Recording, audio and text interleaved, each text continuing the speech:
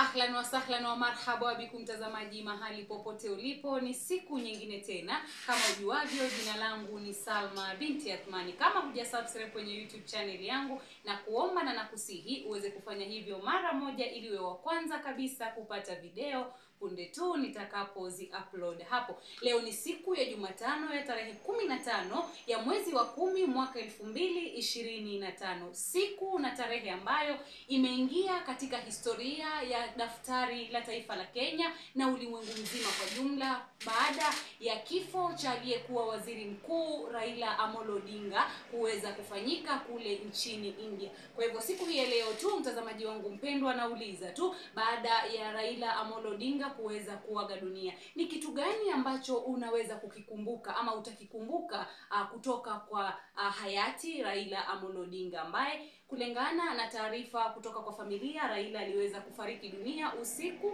wa jana, na taarifa hizo sasa ziko kila mahali kwenye mitandao. Na hivi tunavyozungumza ni kwamba zile habari ambazo zilikuwa zinasambaa hivi sasa zimeweza kuthibitishwa na familia na viongozi, kwa kuwa Raila Amolo Odinga ameweza kufariki akiwa na umri wa miaka 80. Wewe kama Mkenya mzalendo, wewe kama mtu ambaye unaishi katika taifa hili la Kenya, ni kitu gani ambacho utakikumbuka cha Raila Amolo Odinga? Wakati huu tunasema ya kwamba Mwenyezi Mungu ailaze roho yake mahali pema penye wema. Unamkumbuka nini Raila Amolo Odinga? Asante sana kwa kutazama. Maoni yako chini ya hiyo video. Hadi siku nyingine, na kutakia utazamaji mwema wa YouTube channel yangu.